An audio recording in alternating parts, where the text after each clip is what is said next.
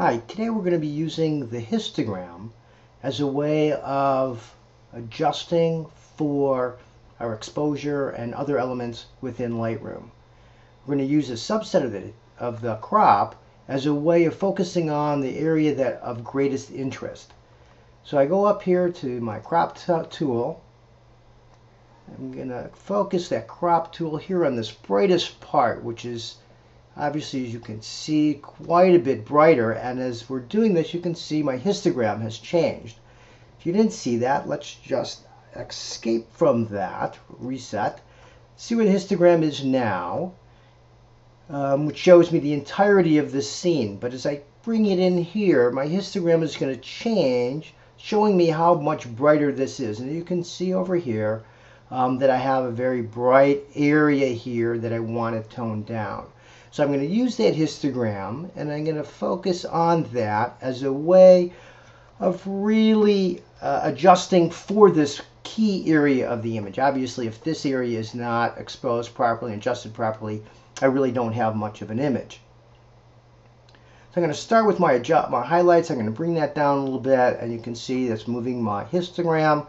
It's also giving me that detail that I was kind of missing there.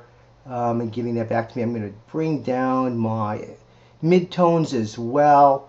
Now you can see I've moved quite a bit off of that right area, so I'm going to just drag it back a little bit, make it a little bit brighter, keeping the highlights down and the midtone down, but bringing back a little bit of the white value, because this is obviously a white bird. I'm going to adjust my blacks as well, bring that down, make sure I give it a little bit of contrast. Now I'm going to adjust a little bit of clarity here, and you can see, especially when I make this larger, that I have really now addressed the issues associated with the exposure on that brightly lit head that was in the sun while the body was in the shade. Now I'm going to hit the escape key, and it's going to take me back to the original crop, which there really wasn't one. I'm going to crop now just based on some principles here, just to bring this in a little bit. Get it on that line, maybe a little bit here. And there we have it. So using that histogram, you can see I've gone back to where the original histogram was.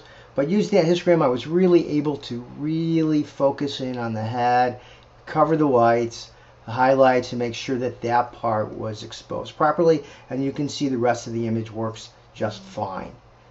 Thank you very much.